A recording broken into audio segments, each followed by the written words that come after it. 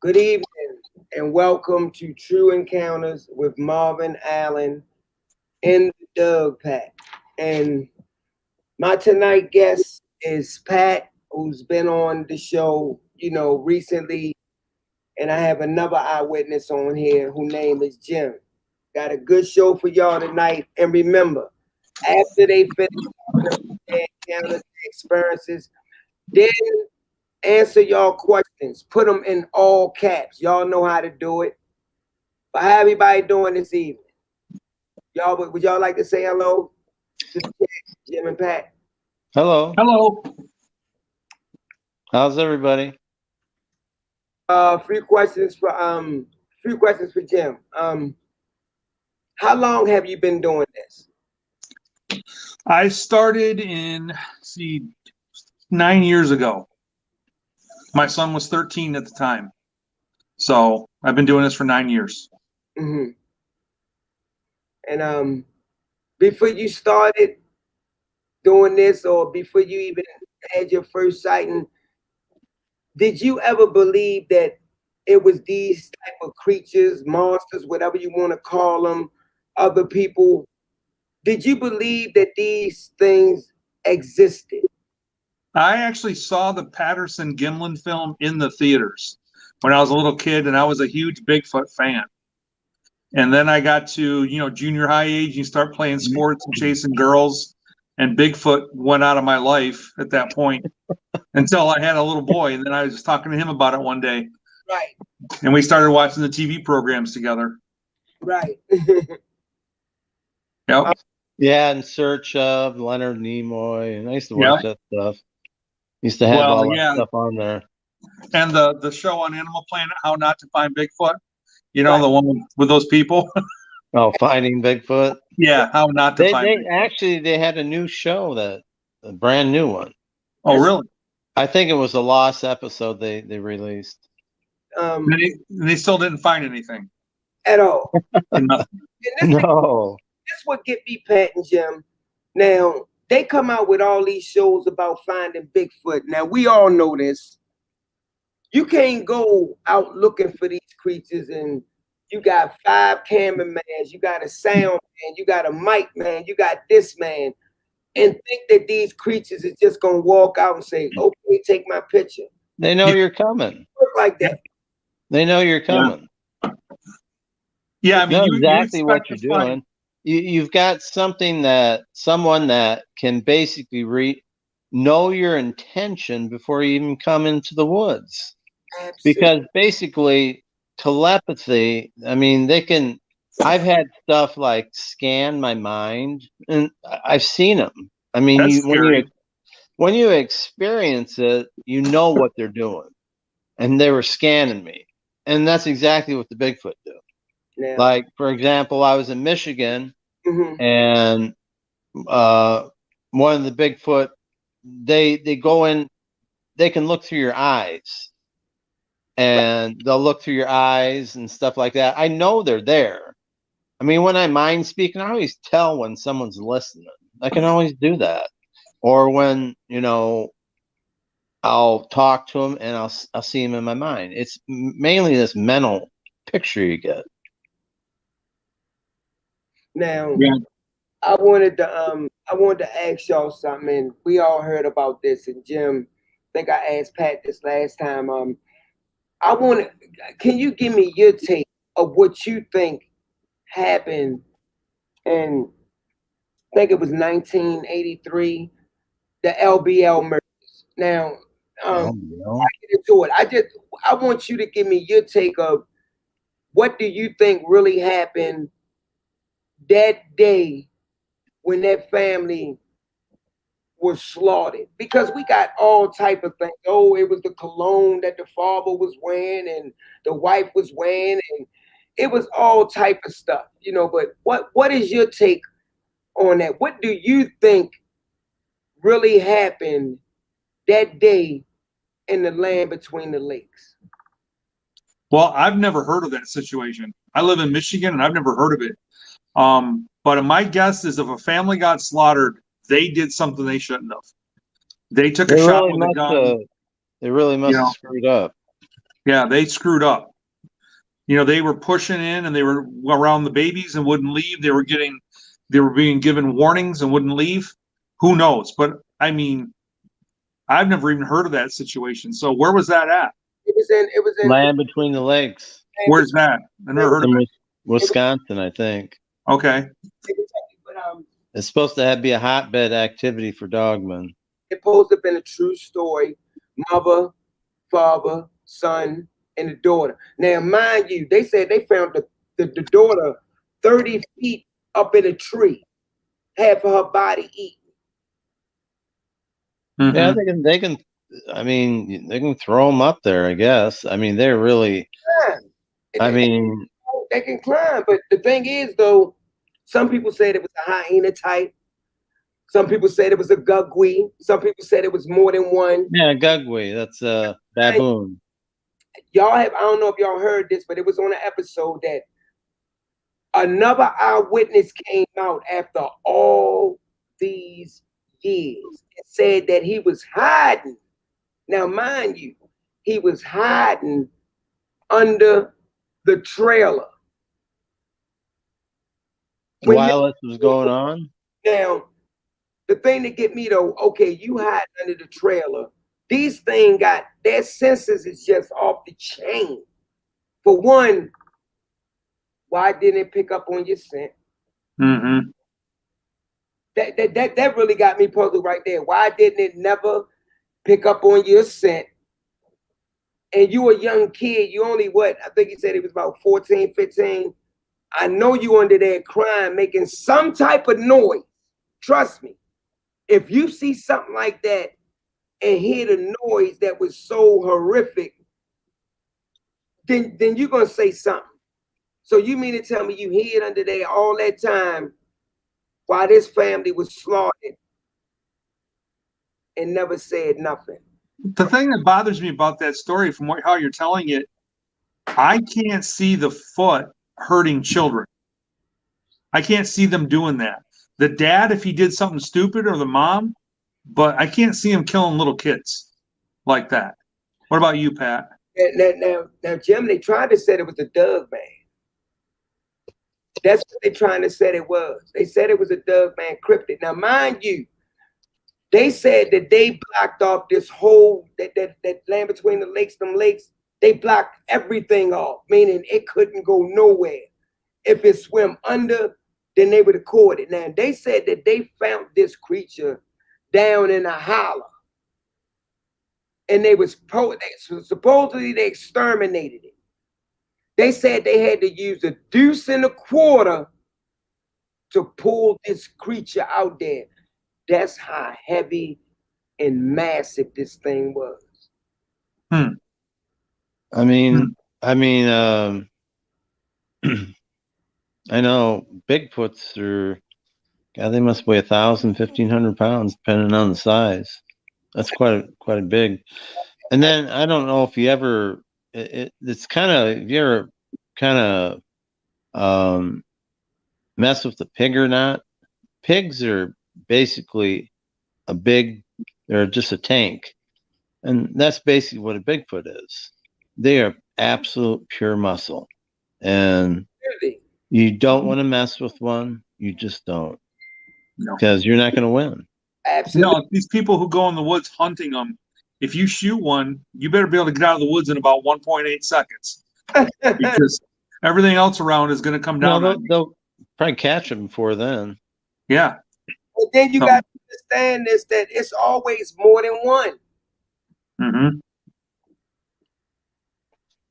It's always more than one. You can bet that. It's always more than one, and they're surrounded. Now, before we get into y'all encounters, because we can ready to start now, Vic had a guy on his show one time that said that he wanted to go out and bag one of these creatures. Good luck. Him and his friends did. Now, mind you, they were supposed to be marksmen. I mean, they were supposed to hit their target. You talking about at 1,000 feet, 1,000 yards or whatever. They took all headshots. And out of every headshot they took, they missed. They missed. All Sounds right. like Shot, they somebody took, dematerialized for a second, they right? missed every Well, shot. I mean, when you think about it, um, basically they can mind speak, and if they can scan you and scan your true intent, what you want to do, or have that feeling and what they can basically, possibly make, they're reading your intent while he's going to shoot me and make you miss. Right. And you absolutely right about that. Now, but one question I want to ask both of y'all. Pat, you first. Do you think that we need a body No, to say that these creatures are real? no. What about you, Jim? No, there's thousands and thousands of encounters, footprints, pictures, videos. There's a No, wealth of evidence. yeah, And we know it's not coming. We know them prints is not coming from a human. no. Yeah. So, it's just like the UFO phenomenon. There's just an absolute wealth of evidence that the government just doesn't want to acknowledge. I'm sorry. You know what though? They had to. They had to let us know that they exist. Well, yeah. I mean, okay, so let's say like UFOs they're all interrelated. They're all these, the Bigfoot and stuff like that. They've come from the stars. I think the ETs created them, and basically, I lost my train of thought. But go ahead. I forgot what I was going to say. Okay, and another question I wanted to ask you, Jim, and maybe you can tell us when you do get into your encounters and sightings and stuff. Have you ever seen any small ones, like such as babies? No, I've only had sightings of the big ones, of the adults. But you have seen females. Yes, I did see a female one time. Because you rarely see them. You rarely see them with the little ones, you know. I think a lot of the times when we have what people would say is a negative experience where they get scared, is they probably come across a mom and a baby and they're being warned to get away. Well, yeah, they'll project fear Yeah. into you to make you leave. Absolutely right. And like you said though, Jim, about the LBL when that family was attacked, I always said that maybe they had babies in that area and they didn't bring people there and they just didn't leave. They probably grunted, growled, and gave them a warning, but they didn't take heed to the warning. So they paid with their life. Yep. Well, in that situation, in that story, did the family have a weapon? Did the father have a gun with him? And if he did he shoot it? You know what? I don't even know, but I'm sure he probably did, but he had no chance. He had no chance. Well, The dog ripped the front door off. Now, I'm going to tell you something that they probably didn't put in the papers. The female fought with this thing. She dug inside his arms and hair and had all his DNA in her nails. Knowing that if they would have ran that DNA to the fullest and to be truthful, they would have lied about it. Yep. They would have lied about it. They would not say that it was an upright walking canine. They wouldn't have said that, Jim. They just wouldn't have.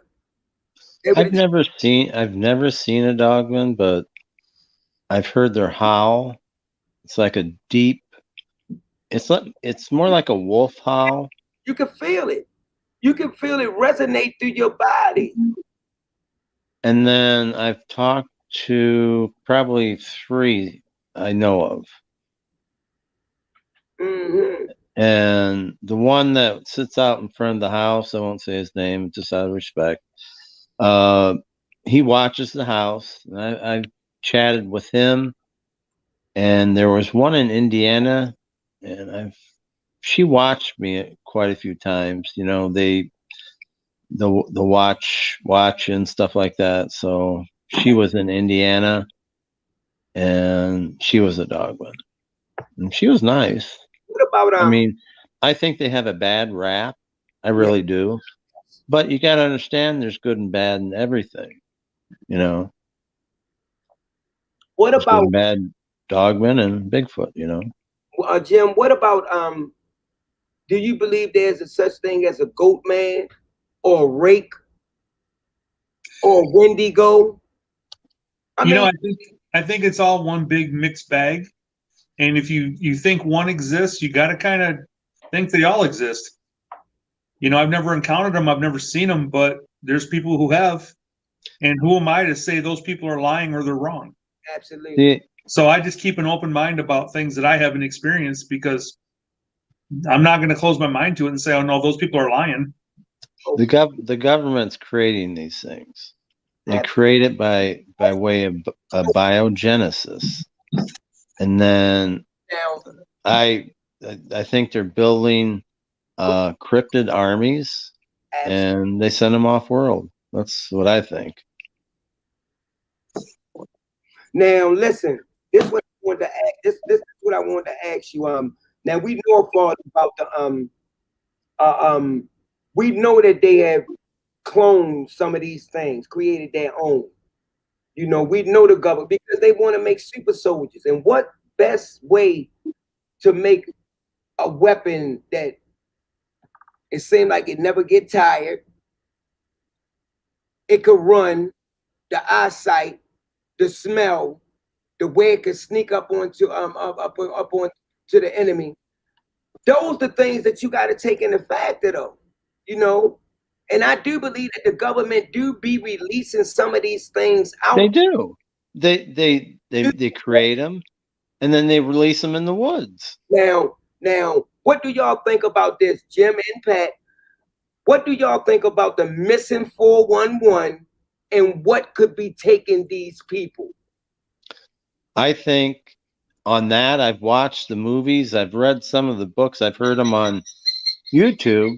I think not all of them are Bigfoot, but like the kids and stuff like that. No, my wife says, and it makes sense. Robin says that basically when they think a little bit different than us. Like if they see a kid that's like apart from somebody, they want to care for it.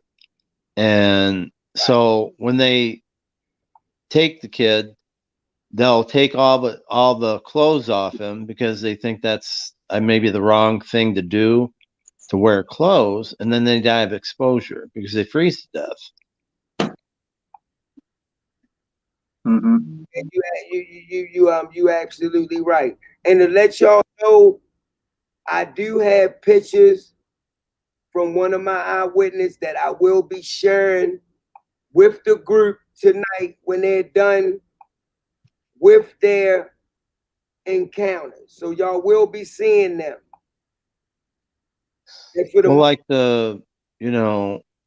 some of the stuff, I was in the woods in Indiana. Okay. Now some of this stuff, how these people disappear, and this is true. The Mount Shasta guy that was on the 411, the hunter thing, I think, or a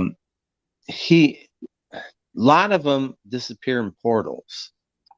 Mm-hmm. And they just, like, for example, I was in woods in Indiana, and then I was walking, and then I saw this huge black hole to the right of me.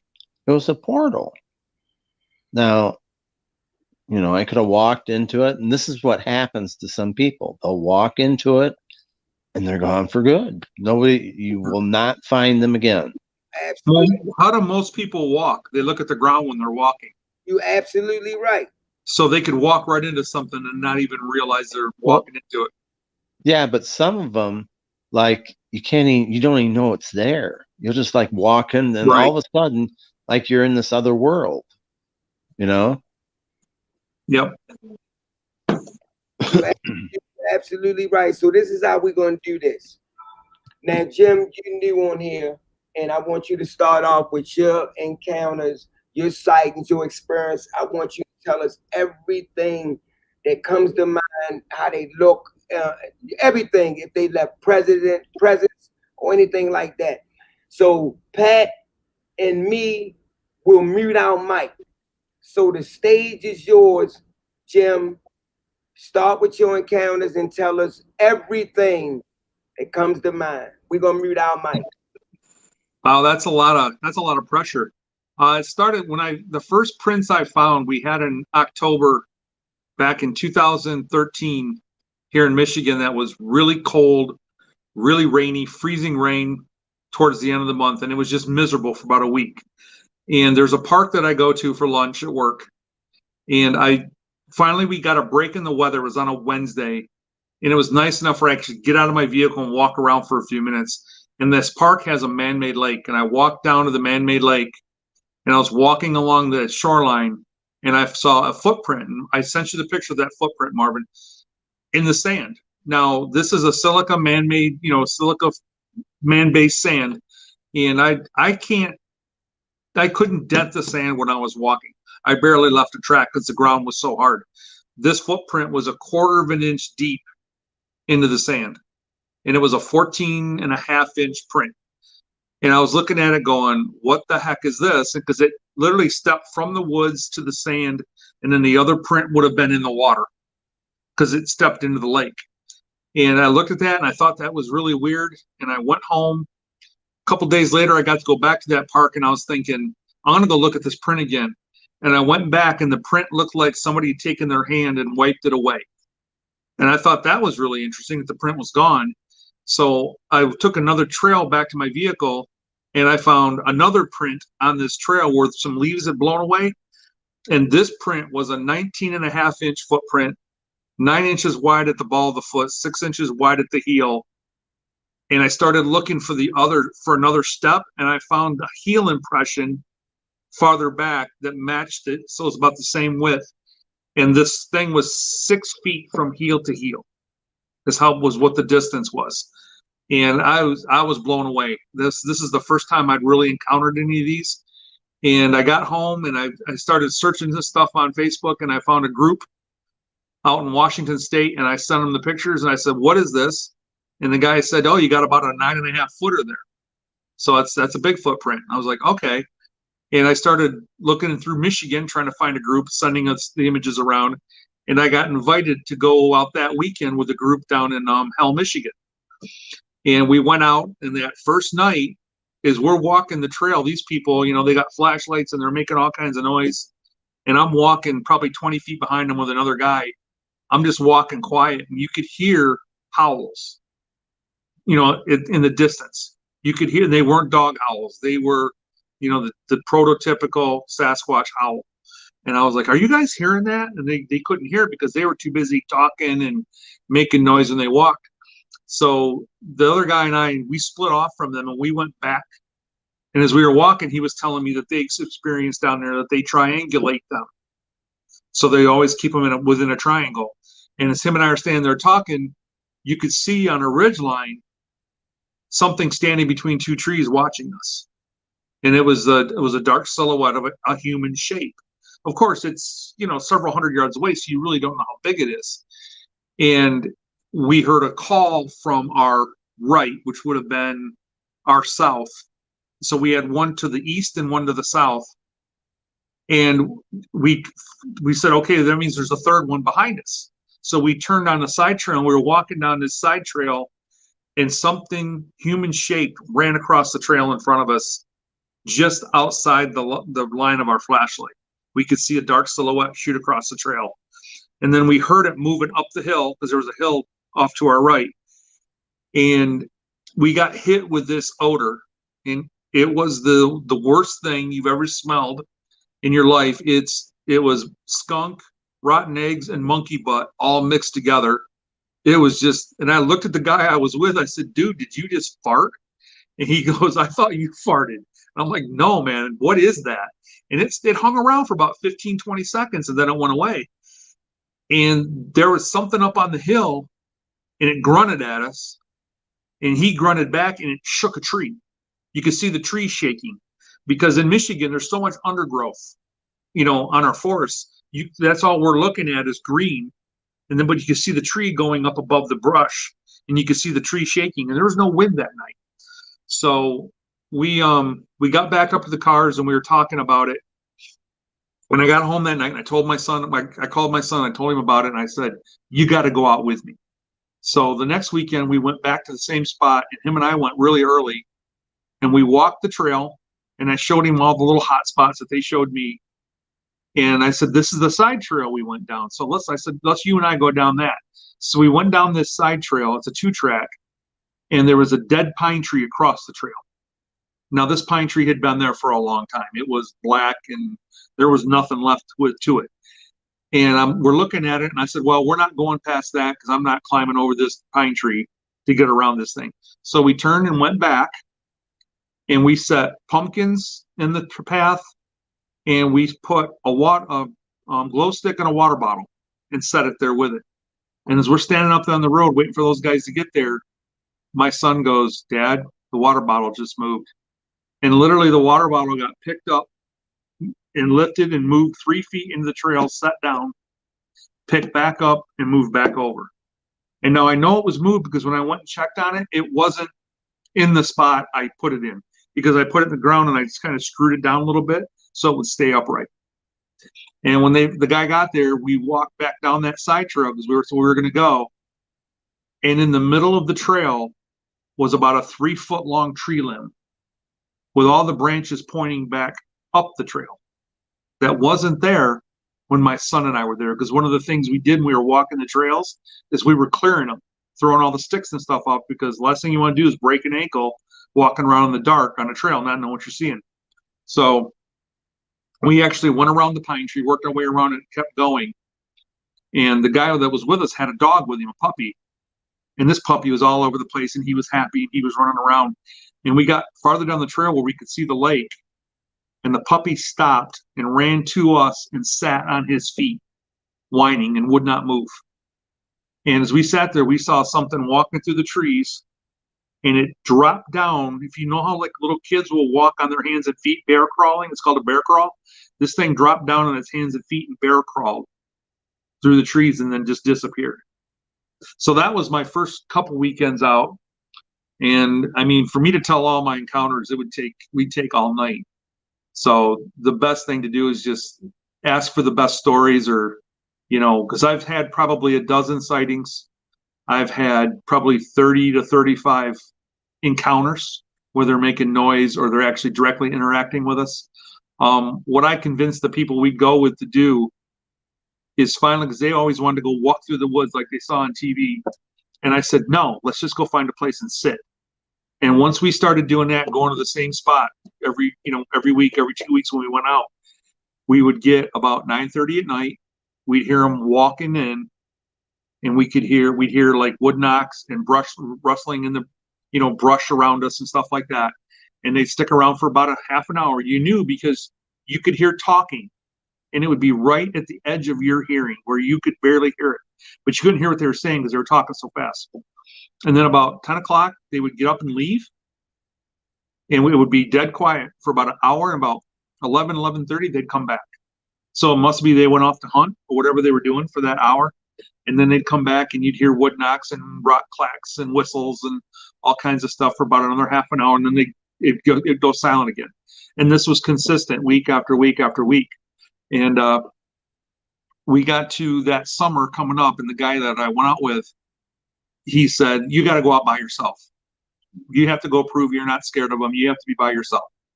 And I was like, "Okay, I'm fine with that." So I went down to the place in hell, and I went down this dirt 2-track about 2 miles back off the road, and ends in a cul-de-sac. I just call it a cul-de-sac because it's just a big circular drive. And where I was sitting, I parked my car, and if you look to the west, it's woods for miles. To the north, it's 2 miles of woods to the road, no houses or anything. To the east is all swamp. And then to my south, about a half a mile away, is an old rustic campground. So I'm sitting there in it was, I'll never forget, it was in June, and it was a super moon. At 10 o'clock, the moon comes up, and I hear 3 big whoops from the south. And then from the west, I heard another big whoop, a response. and it started, and I started hearing wood knocks to my west, and to my north, I would hear something like if you ever are outside and you pick something heavy up and drop it and it hits the ground, that big thump, I'd hear a thump to my north. So I'd hear thump, knock, thump, knock. And this went on for about a half an hour, and they got me to where I was going northwest, where my intention is. And I was parked right on the edge of the swamp. And directly behind me, I got hit with samurai chatter. And that literally I jumped out of my skin. That scared the bejeebers out of me. I was not expecting that. And I turned around, and I popped my flashlight on, and there's nobody there, of course. And I started laughing. I said, okay, yeah, that was pretty funny. You got me. You scared the heck out of me. And then I went back to thump, knock, thump, knock. About 11:30, there was like an owl call that wasn't an owl. It was weird. It was a real weird sounding owl. And I heard a crack and a tree fall. And everything went quiet. It's like Dad was saying, okay, we're done. Everybody come home. And that bothered me that whole night going home about what that tree fall was. So I went back the next day by myself, and I walked to the west into the woods, and I found a game trail. And I followed this game trail up a hill, and I found a fresh snap tree. It was about 6 inches in diameter, sitting right there. And as I'm looking at it, I look up, and there's an opening in the brush, and I could look right down and see my car from this opening. And I was like, whoa, he was standing right here. He was literally 50 feet away from me. And so I'm like, why couldn't I see him? So I tied a glow stick to a tree branch and ran down to my car and waited till it got dark, and I couldn't see the glow stick. I could see like the aura from the glow stick behind the brush, but I couldn't see it because of the angle I would have been at on the ground looking up. I couldn't see the glow stick hanging in the opening. So that was like the first real good encounter that we had. That was like, okay, that was pretty cool. And then we move on. The guy that we used to go out with, he called me one day and he's like, I just saw on the side of the road down here a dead deer, and 10 feet away, all of its organs were piled up in a stack. He goes, there's an old lake back there that nobody goes to anymore. He goes, that's where we need to go. That's the spot. And I was like, no, we're having great luck here at our spot that we're going to. And he's like, no, we're going to go there tonight. So we went there. We walked around in the woods like he always wanted to do. And we finally got back to the car, and my son was with me that night. And we're sitting at about 11:30, and I looked at the guy and said, you know what? You wasted my time. It's an hour and a half drive for me down here. I got to drive all the way back home now. We didn't go to our spot and have our normal activity. You brought me here where nothing happened. I said, I'm not coming here again. And as I said that, I popped my flashlight on and brought it up. And probably 20 yards away were two great big blue eyes looking at me. And I was like, guys, am I seeing this? And my son walked over, he goes, Dad, that's eyeshine. And the guy popped his spotlight on, and I could see his face, white hair, like a whitish silverish hair. He had tan skin. And I watched him as he turned and moved off. I actually saw his shoulders turn. And at that point, the guy handed me the spotlight, said, keep it on that thing. And he took off after it, and my son took off down the trail. And which I couldn't believe he did that. I don't think he was thinking. And he gets down, nothing happened. So we met back up together, and I said, okay, would you see anything? And the guy we were with said, no, I didn't see anything. And my son goes, I saw his back, his shoulder, and his hip as he ducked into the brush. And I said, okay, tell me what you saw. And he said, it was like a silverish, whitish gray. And I said, was it hair or was it fur? Was it like a bear hair, or was it like a chimpanzee's hair, like a human hair? He was like more like an ape, more like a chimpanzee. It was like strands of hair. And I was like, okay, because he saw the same thing I saw. He saw the white silverish fur or hair. And we got in the car that night, and we looked at each other, and we said, oh my God, these things are real. That was our first true sighting, where I got a square on look at his face, and my son got to see from basically his knee up to his shoulders as he ducked in, as he scooted through this open area and ducked into some brush. So that was basically my hook. I was done at that point. I kept going down there, and I went down there in December of that year, would have been of 2014. I had my next sighting. I was down in Ann Arbor for a volleyball tournament, and I stopped there on my way home. and I just drove into the old campground because it was open, and drove all the way back and backed into this little spot. And as I'm sitting there on my car, because it was a nice night, I'm just sitting there enjoying the night, and I look down the trail and I see a female walk out of the brush, across the trail, and up the hill. And she didn't even look at me. I don't know if she knew I was there. I mean, she probably knew I was there, but she didn't care. And I'm rubbing my eyes going, did I just see a deer? No, I didn't see a deer, because deer aren't 7.5, 8 feet tall, and it was on 2 legs. So it wasn't a deer walking on 2 legs. And it just kept getting weirder and weirder and weirder from there. We were in a swamp one night, and there was a little bridge across this trail. This was because there was like a little creek off the swamp. And the guy I was with was squatted down on the bridge, and I had continued walking, and I had walked up a hill, and he texted me and he said, I've got rocks being thrown at me. So I started walking back down the hill, and I literally came in from behind, and I could see the forest person standing there. His shoulders were 3.5 feet at least wide, and he had the most beautiful black sable hair. It was so well groomed. It was just shiny, and I could literally see him with the stones doing this over a stand of brush. The guy couldn't see him, but I could see the foot throwing stones. And like the idiot that I am, I don't take my phone out and take a picture or take a video of this. I yell out, "Hey, I can see the Bigfoot throwing rocks at you." And the Bigfoot dropped down and disappeared. And he must have belly crawled off somewhere, whatever he did. And as I walked down the hill, I stopped and I said, "All right, you big hairy bastard." I said, "Show yourself. I saw you. You might as well just step out and show yourself." And it sounded like a herd of elephants coming through the underbrush at me. It was the loudest crashing sound you could imagine. And man, I took off down that trail. I was hot stepping it down there back to the people. And he's like, "What happened? You never moved that fast." And I said, "Dude, I just got bluff charged." And about a half an hour later, I got my nerve back up, and I walked back up to that spot, and I worked my way behind the brush trying to see. And there was a spot on the ground where a pile of sticks was laying there that had been broken. So literally, he had just had sticks in his hands. He was just snapping sticks really fast. And it was like, he wasn't even moving. He was just breaking sticks really fast. So I was like, oh, okay, that's how you're going to be. That's the way it's going to go now. So that was a pretty funny night. And then that night, we had probably the weirdest experience I've ever had in the woods. We were walking out, and we kept seeing a white foot ahead of us on the trail, going around corners ahead of us.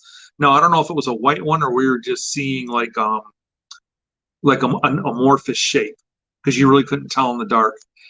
And we saw some Boy Scouts coming down the trail. They were doing mapping of the trail system. And as we're standing there talking to them, on a ridgeline above us, you can see 3 figures walking in single file along the ridgeline.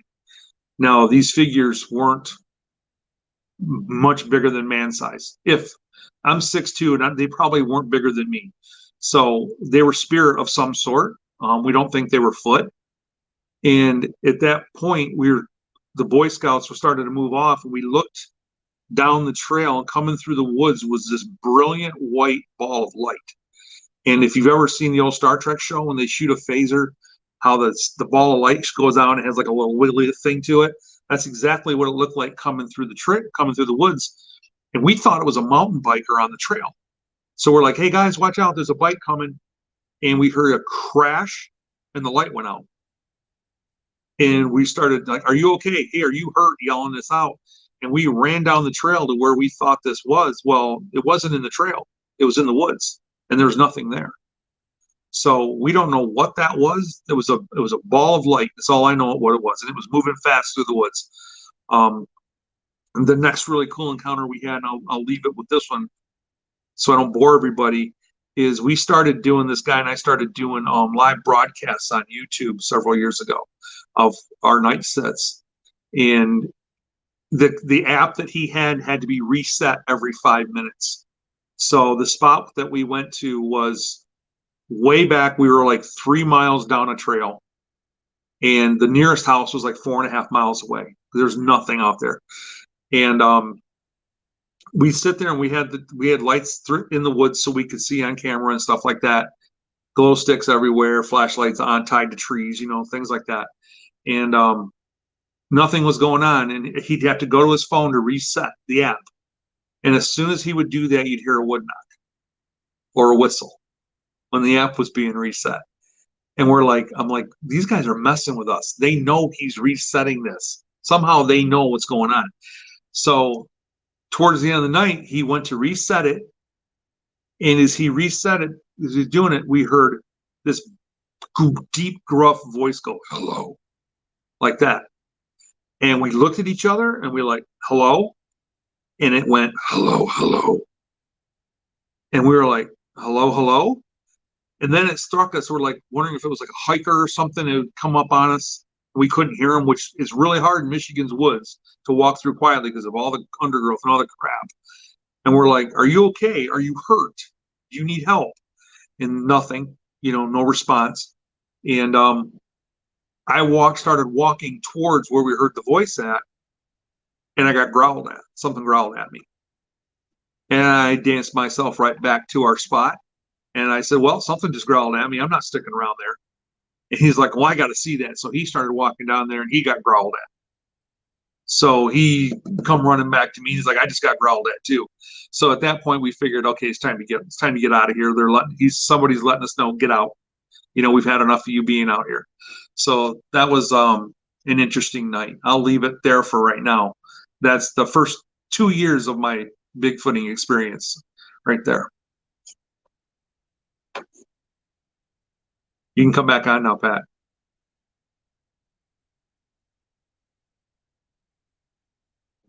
So, Pat, you can come back on. I'm here.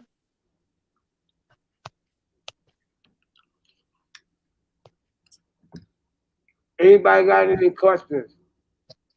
Put them in all caps. Please.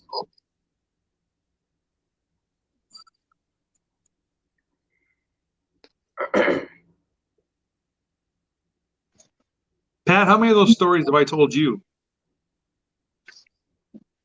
I've heard them from Robin. Okay. I'm trying to see if anybody. Remember that? Any questions for Jim? You guys are in the woods, and then I think it was the pentagram on the ground. Remember that? Oh, yeah, that was with Tim and Andrea out in Andrea's forest. Yeah, that was not a good day. Yeah. Yeah. If Marvin wants to hear that one, we'll tell him that one. We'll tell him the story of the doll, too. About the what? The doll. Oh, okay. Yeah, definitely. I want to see if anybody got any questions on what you just talked about. Let me see. Okay, Marquetta wanted to know, did that voice happen in Upper Michigan? No, it's Southern Michigan. Southern Michigan. Yep. These guys are all over Michigan. They're everywhere. I've had them in the woods right behind my house. I've seen them standing at the fence. So, silhouettes of them. So they're everywhere.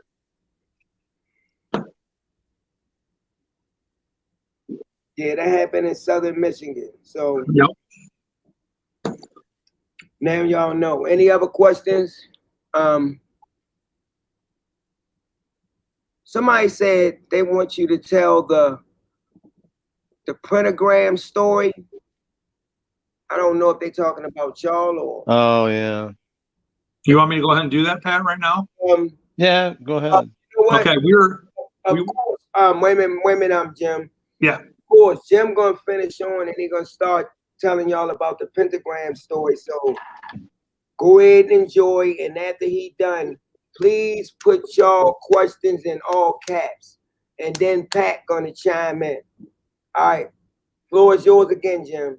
Okay, so two of my dear friends that I've gotten from this, Andrea and Tim, we would meet up every year at Christmas. Tim lives quite a distance away. and we call it a walkabout through Miss Andrea's forest.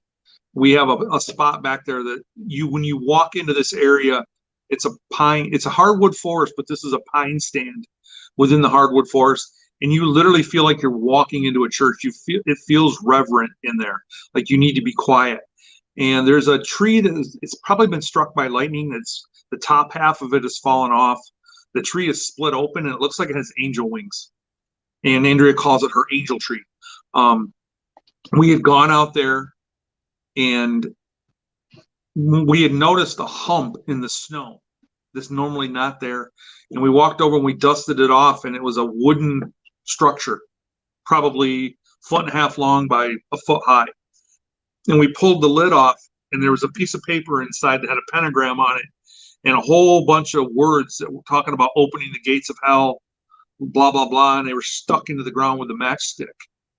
And we had reached out to Robin about what the heck this was, and she said, destroy it.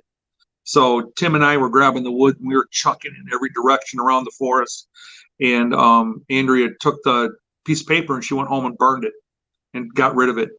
But that's basically the pentagram story. We don't know what that was, but somebody was out there trying to do something in this, beautiful spot that was not of a goodly nature. And we had, according to Robin, we had the foot in her head. They were just going off about this. They were not happy that was there. And they were very thankful that we got rid of that, tore it apart and got rid of it. So that's the pentagram story in a nutshell. That's the short version of it.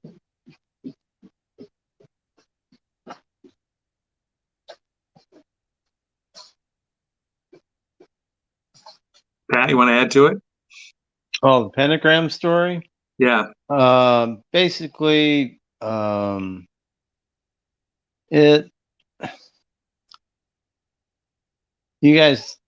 you took the pictures and stuff like that, and we kind of talked to the Foots, and Robin did most of the talking and stuff like that. I wish he would be on the show, but I've been back out there several times, and there's never been anything like that since out there. What you just made you remember something. Robin told us that the Foots were saying the people that did that were crazy, that there was something wrong. I mean, with them. we both of us we focused on it.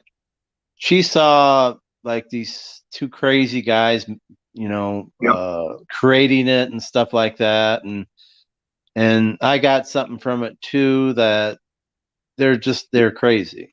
And when you deal in stuff like that, the black arts and stuff like that, you never can truly leave it. No, you're not. Once you get involved, you're hooked. Yeah, you're not sane if you're doing stuff like that. There's something wrong with you. Yeah. When Marvin wants, I'll tell him the grass doll story. That'll blow everybody's mind because it's still one that I can't get my head around. Whenever you want to tell it, anybody got any questions for what he already talked about so far? Any questions? Somebody wanted to know, you came across an altar that was unholy because they were putting a curse. Something, yeah.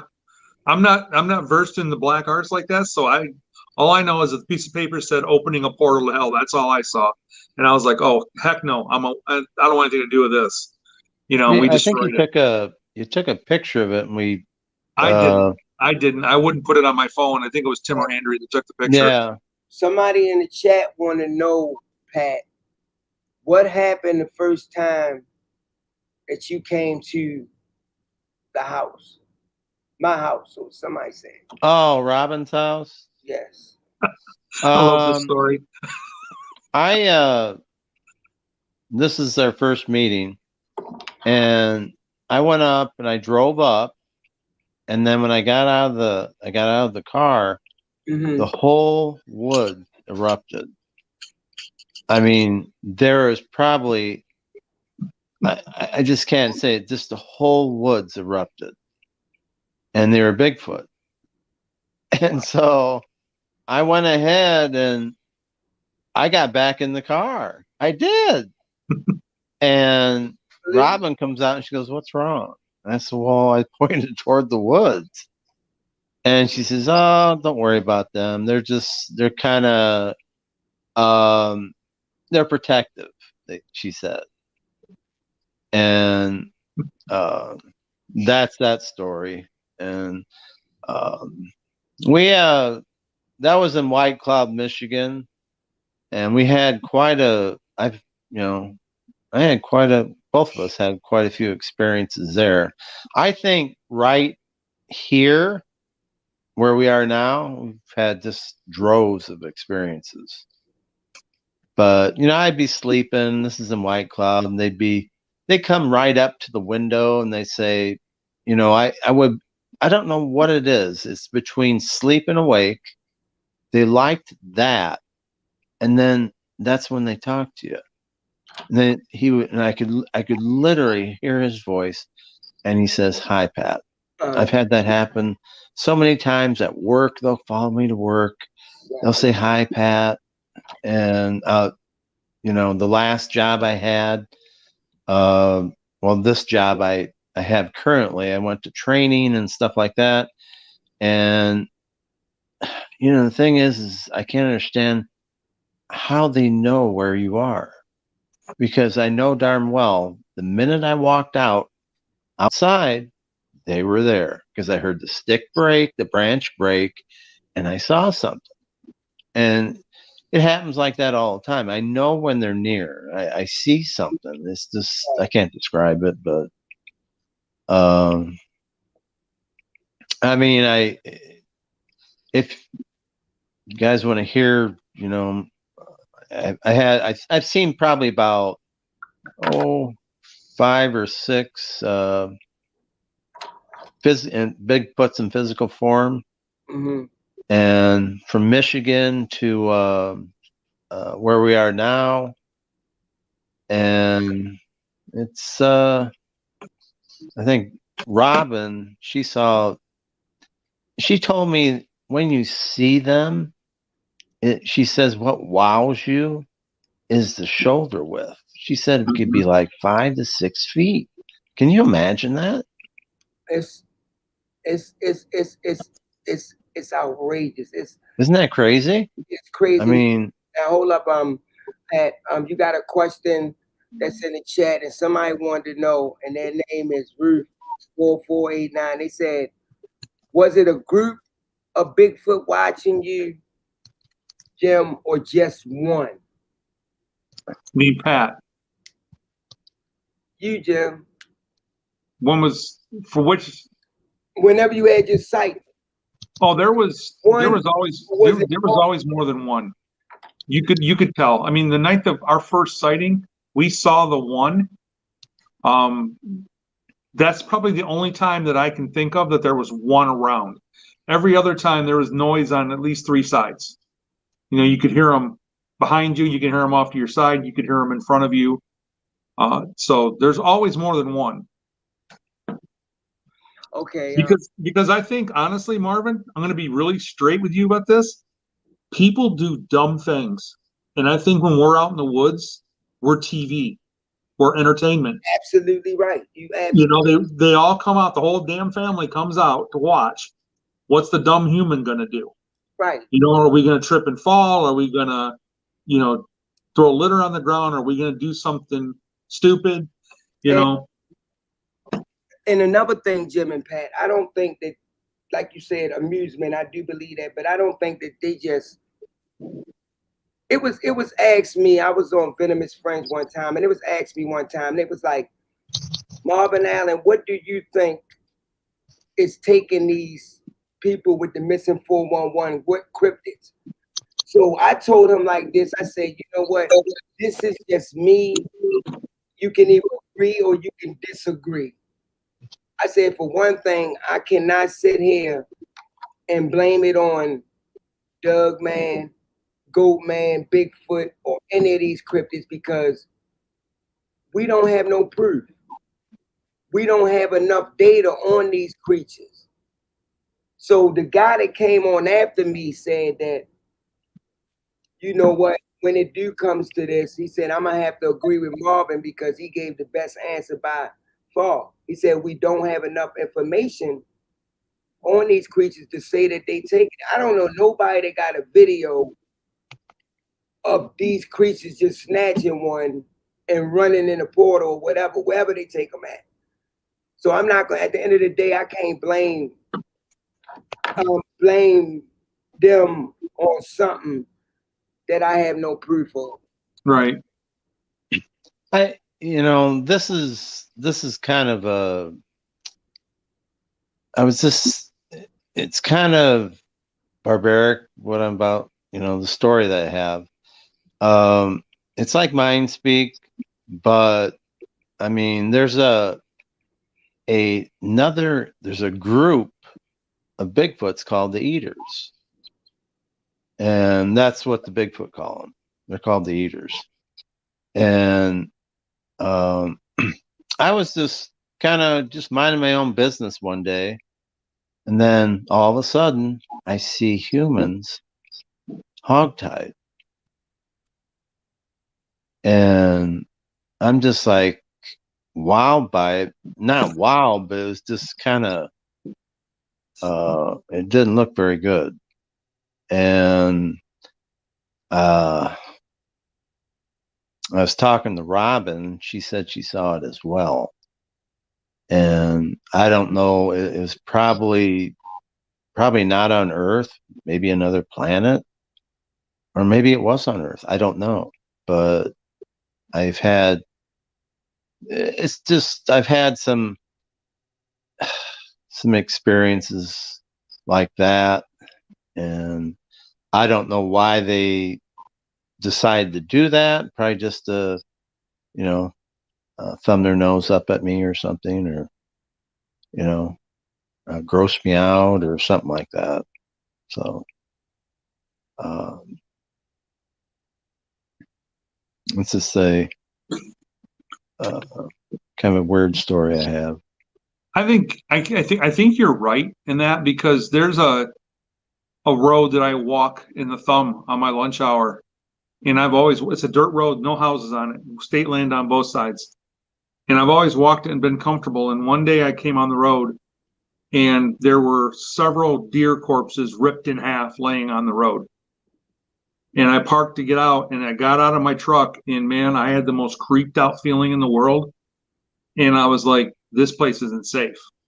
And I got in my car and I went to another road to do it. It's been a year. I went back there a couple of weeks ago, and it feels fine again. So there was something there that was not of the good persuasion. Well, like, you gotta understand that. I mean, like, I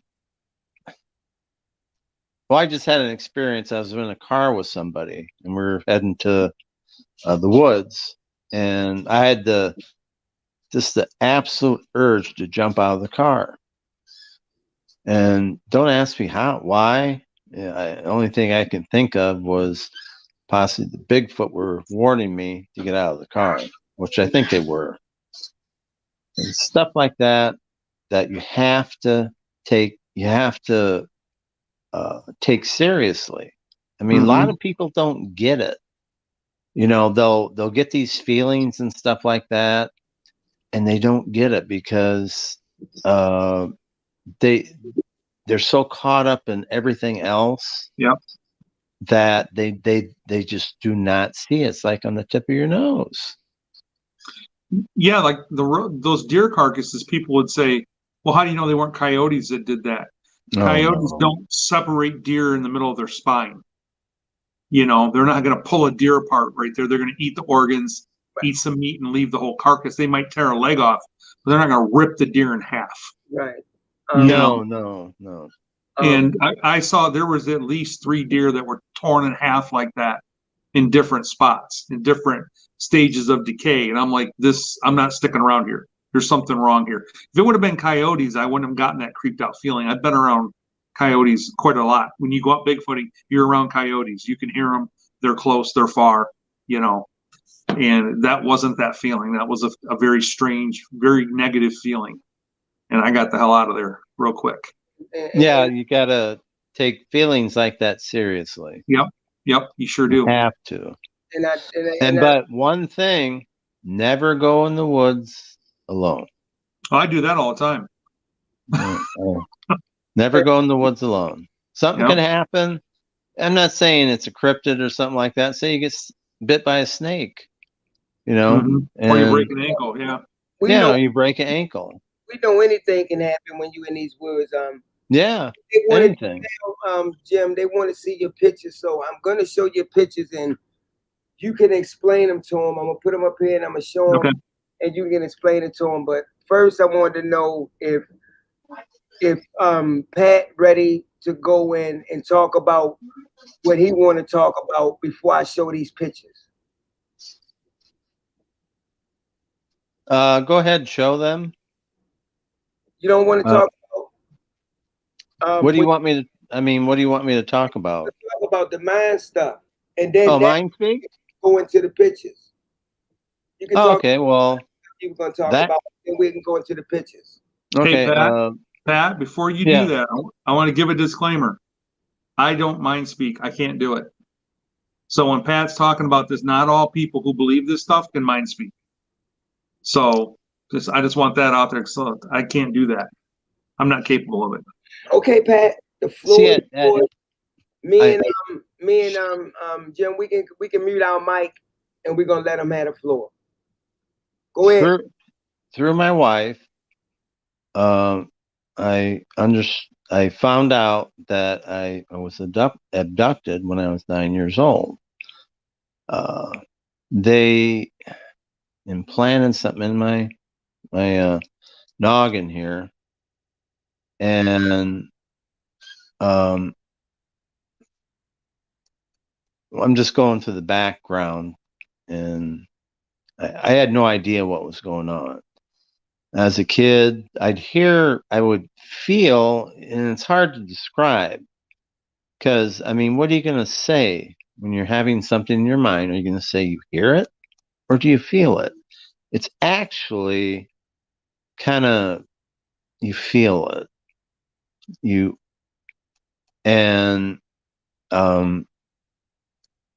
you basically, it comes into your mind, and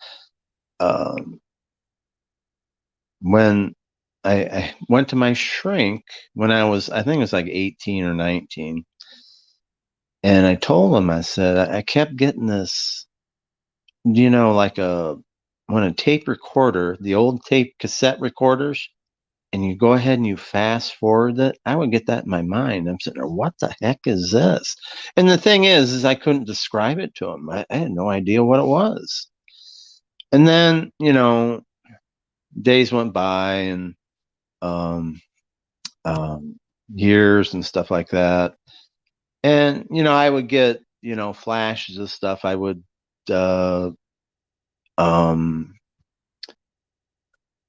go into stores and realize that somebody from work was in the store. I knew they were in there. It was like an urge almost. And Robin said that basically what they put in my mind was a communication device to communicate to mankind. Okay.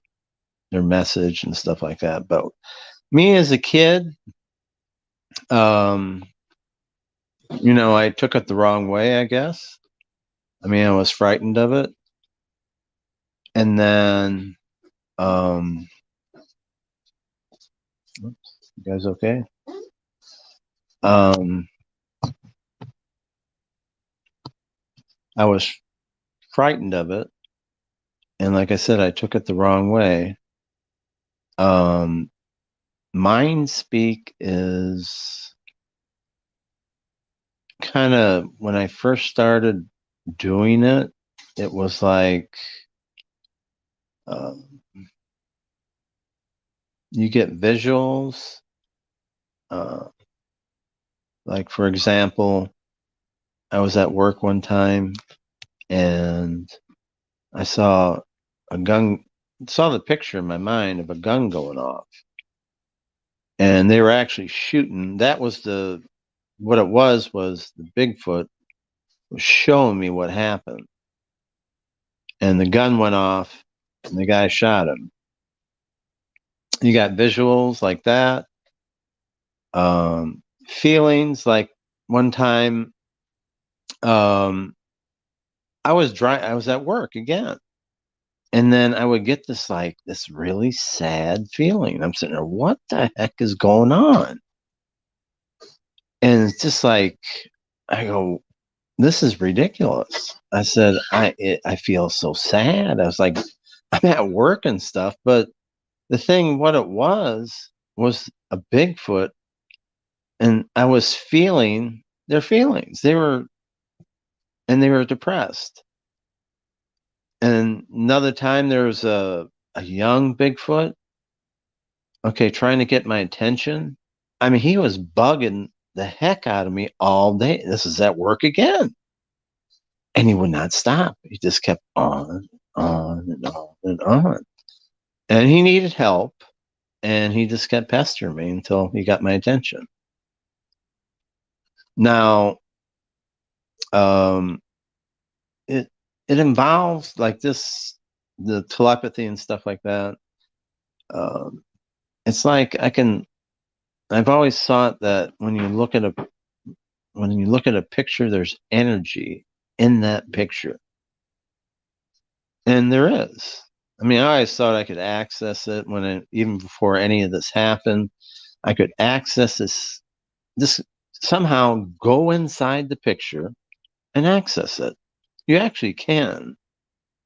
And basically, you focus on the picture and you can interact with the picture itself, who's in the picture. Let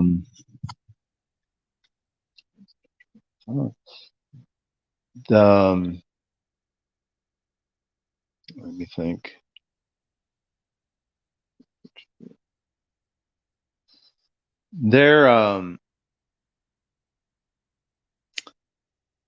That's basically like when you want to communicate, like for example, I was over in Nebraska and I hadn't communicated with the Bigfoot before, but then, I think what's happened is I've advanced quite a bit, and I can look at Bigfoot's footprint.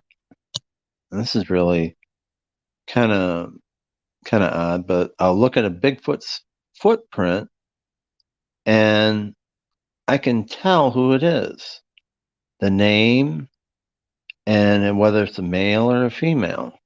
And that just happened one day. I mean, I just said, well, let me try that. And that's, I can do it. And then right now, I think I can,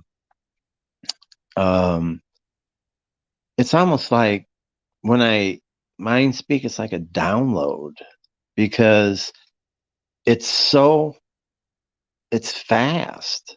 It never was that way before. And it's like it's like it's instantaneously. I know what they're talking about. It's really odd. I mean, just instantly. And I don't even have to think about it. And I was thinking about the other day. I said, wow. I mean, this is kind of cool. But I'm kind of like the secretary for my wife, and they kind of get a hold of me when they need Robin. And it's like a protocol thing. I mean, they can't really talk to her. Some of them do, but they can't talk to her, and it's like a protocol thing. So they get a hold of me, and then I get a hold of Robin. It may be a safety thing too. I don't know. But if you guys have any questions, I mean, I could go on and on, but there's other people on the show. I'm sure Jack would like to talk. If you have any questions, just ask.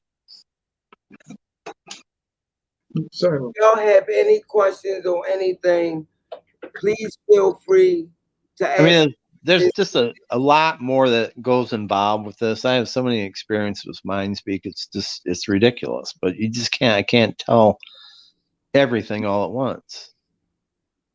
Marvin, I'll tell you a story real quick of how the night I learned Pat was legit with this. Okay. I was Jim. Okay. After you do this, then we're gonna go into y'all pictures. All right. okay. Yep. Let you go ahead and tell your last one. Get ready, y'all, because he got a good one right here for y'all. So I'm sitting on my couch one night, and the dog is sitting at the patio door looking straight up. Now, my second floor of my house, I have a balcony off my bedroom. I have like a little, little deck off my bedroom, and he's looking straight up at the bottom of the deck. And I'm like, Fletcher, what are you looking at? So I emailed Pat, texted him. I said, what is my dog looking at? And Pat comes back and he gives me a name. He goes, he wants you to come outside. He's out there waiting for you. So I stepped out on my patio and I heard this loud thump on my balcony. And Pat immediately messaged me and he said, LOL, the foot's name just hit his head on your balcony. And I said, yeah, I know. I just heard it. So that right there told me that Pat exactly knew what he was doing, and what he was saying was really what was going on, because he told me it happened when I had heard it happen before I told him it had happened. So that was pretty cool. Yeah.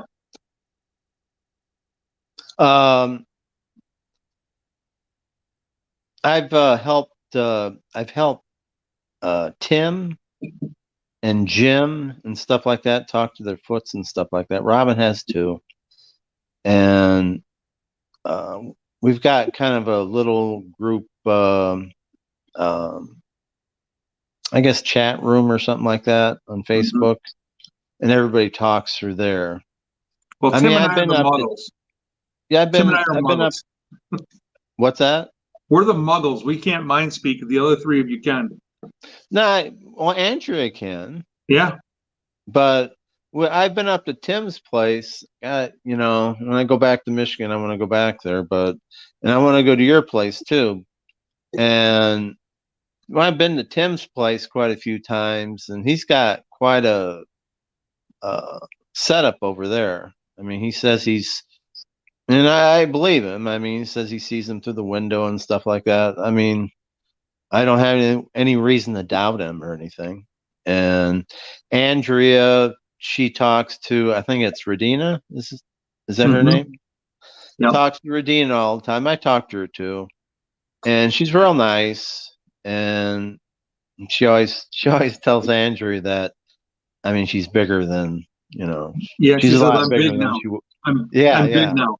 Yeah, she's a lot bigger than the kid that Andrea first met. Yeah. And we've been to Tim's quite a few times. We've taken footprints from his area, and it's just quite an experience when you go up there. I've been up there. Yeah, the amount of structures and things he's got up there are incredible. No, but check this out. We went there, and we had you go up there and you can feel the energy going through the structures. You put your hand in between and you feel a pulsating energy. It's a pulsating thing. You can feel with your hand. It's really odd. It feels cooler, like it's cooler in there too, compared to the outside air. When I did it, it felt colder in there. You know what? From the flow. The thing is the plants and stuff, okay, they're all attached to the earth. This is just an opinion. I mean, it's another theory, multiple theories out there. But the plants are attached to the earth, okay? and then they draw energy from the earth. And that's Mhm. how I think that a lot of these structures, they're set up to actually do that. And, there's probably some of the structures, they have portals. Nobody knows how they do it, but it's, of course, it's energy, but I mean, the colliders up on CERN up there just use massive amounts of energy, but the Bigfoot, they'll use, branches or something like that. Mhm. So, nobody really knows. Nobody's an and this is one thing, nobody is an expert in any of this stuff. No. There's no rule book or, a book to teach you how to do this or that with the Bigfoot. There's nothing. And you just got to go out there and I guess just figure it out yourself, and Yep. it's kind of hard truth, but it's true. And a lot of times you just scratch your head and, you don't get answers until, maybe 3-4 months later. Oh, wow. Right. Yeah, that's what happened. Now I know. You see, and it's an enigma wrapped inside a mystery, wrapped inside an enigma. Yep. I think It's a lot big. of the Bigfooters that are on TV, the famous ones that everybody always has, and I think so many people are too busy trying to prove they're right in their theory instead of trying to learn Well, yeah, about who they really are. I think a lot of people out there, you're right. I always call it, they're trying to strike Bigfoot gold, Yep. Yep. and try to get the best theory. And, like psychology of all these theories, and they're trying to figure it out. And the thing is that they don't realize is even the ETs, the Bigfoot and stuff like that, even the dogmen, every one of them has the high ground. And basically, they're not going to give away their position. There's no way. Just think about it. And if you see them, they let you see them. Oh yeah, I agree It's with not that. an Yeah. accident. It's not Yeah. an accident, you know. So that's what I've always thought. It's like, yeah, you wanted me to see you. My son had one. He was in Andrea's Forest. He was he was up in a pine section. It was white pines, and it was obviously been planted this way. There were rows of white pines. Yeah. And he's probably 100 feet in front of me, and I'm down on the trail. He turns around and goes, "Dad, just saw one." He stepped out from a tree and looked at me, just in that tone of voice. Didn't freak him out, didn't scare him, wasn't excited. And I asked him a little while later, I said, "Why weren't you excited?" He's like, "I've seen him before. Not a big Well, deal." no, but when you look at Remember that? a like some people, it's like they'll get post-traumatic stress disorder just by looking at a Bigfoot. I've had, like, you read on Facebook and stuff that some of these groups, and they talk about that. And I've seen, I've seen some in Michigan and some here, and it's never been, I've never been scared. I'm Well, not you were saying that one won't time. happen one day, but what? You were one time the first day you went to meet Robin. You were scared and got back in your car. Oh yeah. Yeah. Yeah. I was scared then, of course. I had always believed in Bigfoot, but there were people at work that teased me about it because I believed in it, Mhm. Yeah, I've been there. and yeah, and the thing is the world today that they just they my opinion, the world's not ready yet. Yeah, I think a lot of those people, they have the PTSD response, because if you think about it, they're walking through the woods or they're somewhere and they don't expect it, and all of a sudden this thing of their nightmares, this monster, Yeah, shows up and it scares them. But thing you is, and me, when we're out now, we're looking, we're expecting. So when we see it, we're like, oh, there's one right over there. It's not something that startles us because we're actually looking. well, We know they're there. the thing is this is the Bigfoot in a nutshell. They're not monsters. Nope. They are basically, they're an ancient people. They're forest people. They have a culture. They cry. They laugh. They have feelings. They have structured families, and they live in. I imagine they live in either live in underground or in huts, and I really believe that. And they basically, they're peaceful people until anybody is, I guess, until you come up and shove a gun in their face. Yep. If somebody was coming in your living room and you're watching TV and they come in and they keep bothering you, wouldn't you be pissed off? Well, I always phrase it this way. When I'm in the woods, I'm more scared of a person coming upon me in the woods than any wild animal. Yeah, you're right. Exactly. Exactly. I feel the same way. Yeah. Because a lot of the people you just can't trust these days. Absolutely. Y'all Yep. are absolutely right. And what we can ready to do now, Jim, and what we can ready to do now, Pat, we can ready to show these pictures one by one. And Jim, I want you to explain to us in full detail of each picture that I put up here Okay. for the audience. So we can ready to start now. Pat, if you got anything to add, like if somebody pops into your head and wants to add something, interrupt me. Okay. Okay. We can ready to start now. I'm gonna start from the first one. And this one right here, this one is a print, and you can go into. Can we show y'all the pictures? That's the print I was talking about, the very first one I found when it stepped from the woods onto the beach and then into the water. That was the first. That's a 14.5-inch print. So that's the first one I found. Yeah, that's the one I told you showed it to me. Wow. Yeah. Last night. And I heard them talking. Yep. Same one. Same one. I know. I'm going to the next one. Now this one got like leaves and stuff in it, but you can explain to us. Marvin, when you can feel free to post those on your page. Thank you. Okay. That's in my backyard.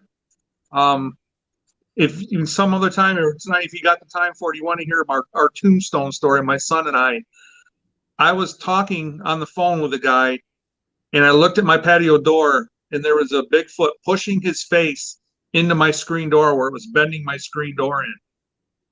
And I waved at him, and he stepped back. And the next morning, my son found that print out in our backyard, and that's a 19.5-inch footprint. What the? Pretty big. Yeah, we found the second one stepping into the out of the garden into the neighbor's yard.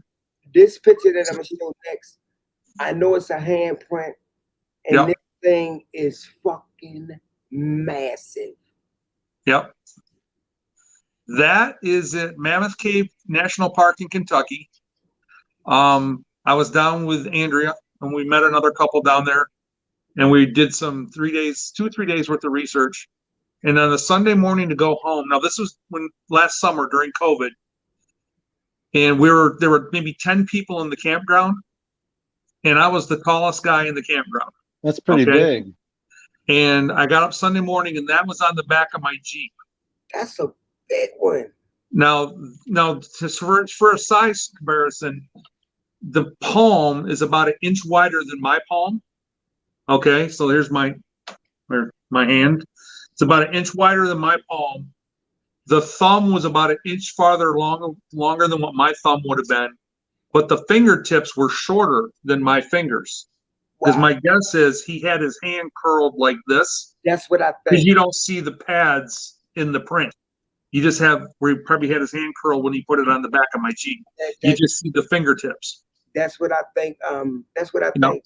Really do that. And if you look at that picture real close, you can actually see the lines in the skin, in the dust. Yeah, you talking about like the dermal ridges.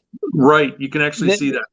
they've got a This grease to their skin, and I mean, you can, and a lot of times you could take it through a car wash and it'll still be there. now this next picture right here is Jim. Jim, you circled this. Yep. So it must be some type of cryptid. Yeah, there's a face in there. You can see the face. Pat, I've shared that picture with you. It's a couple years old. You can see the eyes. Yeah, you can see something peeking at me too. When we're done, send it to me. That's in the woods behind my house. Oh, really? Yeah, I took that from my patio door. I got up one morning and I just felt like I was being watched, and I walked over the patio door and took a picture, and that's what I found in the picture. That's what I was saying, though. I was saying that you can clearly see the face in it. Right. It looked like you see another eye just above here. Let me show y'all now. See over in here in this corner right here. Wait a minute, Jim. Let me see if I can get it. Like right over in here in the corner. Maybe. Look like that's another eye. There's a Jim. What phone? There's you have the same phone I have. There's an app called Photo Editor. Yeah. That you can download, and then you can basically go like to 4,000% and just go take it to like to extremes and extreme zooms. Mm-hmm. And that's what I use on my phone. And you know, I find them right off when I use that editor. Yeah, I think people would be amazed, like even the people in your audience, at how much they're actually around them, and they just don't even know it. Now, you know, this picture right here, this picture is massive, but from what I'm looking at it, it looks like it has claws, and I'm looking at the part that would be either a pinky toe, but that looks like a claw on the end. Whether or not it's a dog man. It's a handprint. No, it's a. That's a print I found on a trail up in the thumb, and there was about 70 prints on that trail in various shapes and various sizes, and that was the clearest one, and that's my foot next to it. I showed you that one last night, Pat. Yeah. Does that look like it? You showed me that last night. Yeah, and you said that's a female. Yeah, exactly. Yep, it's a female Bigfoot. She was walking with her kids, and there was like little prints, 5-6 inches long too, and there were some like 10-12 inches, and then there was that big massive one. Right. Oh, really? And it was, you could see, I tracked it. It started on the right side of the trail, wandered to the middle of the trail, to the left side, wandered back to the middle, off to the right, and then back across and then off into the woods. It's good to get validation, you know. This next picture it's in the woods now. It's something fur off in the back. I don't know if it's some type of cryptid. But well, show me the picture and I can tell you exactly what it is. To tell us most about this. I can't see it. I'm gonna get to it. Okay, so you got to blur. Okay, if you look at where the trees make a V, you'll see a face right in the middle of where the trees make a V. I took that picture in Andrea's woods. Little below it, below. Go down. Right there. Wait a minute. Hold up. Look at the V in the trees, and you'll see the eyebrow ridge and the eyes and the nose. Really? Yep. Wait a minute. Hold up. I lost it. Well, let me get back.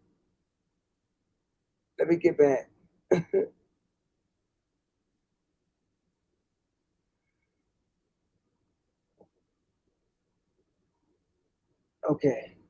You see it? There you go. Pull back a little bit. You can see the ears on this thing right here. Mm-hmm. Yeah. Now, if you look at the top right of the picture next to the tree at the top, and you'll see what looks like a gray alien up there. You can see. Oh, really? You can definitely see the ears on this thing. You see them right there. Yeah, and I was just snapping like pictures. A dog, man. I was just snapping pictures. So I know who it is. Robin got me the name. I'm not going to mention his name because I didn't ask to see if we could say his name. But so right there at the top of the screen, you can see the gray alien. It looks like a gray alien. It could be just a, Where a man, like a. You talking about to the left side?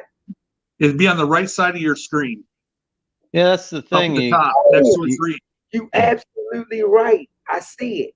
It could be just like an artifact of my camera taking pictures. I don't know, but I doubt it. you're absolutely right. It looked like a gray. Pat, I'll send you that picture when we're done. Okay. It looks like a gray though, for real. It looks like it's something. Yep. Now you'll see what looks like a face in the upper middle, like a white face and beard. That's actually a snapped off tree. That's nothing. That's just like an artifact in my camera. At the top of the screen, it'll look like there's an old man's face up there. A lot of people think that's the face that you look for. And that's actually above where the actual face is. That's a nothing. That's just a blur from a snapped off tree. I saw this one picture. This is on Facebook. It was a real picture. And this is it's just an example of the extremes the Bigfoot will go not to be seen. Now, he took the picture and they were like a few feet away from this guy when he took the picture, and he didn't even see him. I mean, you can afterwards when he developed the picture, he saw him right there in the picture, but when he was there, he had no idea they were there. Okay. That is when I told the first story about, that's the second print I found on that other trail. That's the 19.5-inch print, 9 inches wide at the ball of the foot, 6 inches wide at the heel. And that's my foot next to it. Wow. Wow. That thing is it's humongous. Yep. Okay, now this one I'm coming to next, Jim. These are tree structures. Correct. The times when you look at these tree structures, you can always 9 times out of 10 find something in there if you know what you're looking for. Yeah, and how I kind of tell with a break, what my rule of thumb is weather just snaps, a Bigfoot will twist and snap. That's a stacking. All these limbs stacked around the base of the tree. You know what that is? What? Okay, so this is what it quite possibly could be. When the Bigfoot, they go ahead and they travel, and it's like a bean counter. So they'll go ahead and they'll take a stick for the female, a stick for the male, which will be a bigger stick, and a tinier stick for the child. And what they do is when they pass, they put that in the pile, and that's how many Bigfoots have passed. Oh, walk past that tree. Yeah. Right. And they put their stick in there. That was in the same forest where I found the track of the female. Okay. It was on the other, it was a loop trail, and it was on the other side of the loop. Now, this one that I'm going to show, I don't know if that's you in the picture, but it's somebody to the left, and they pointing that way inside of the tree line.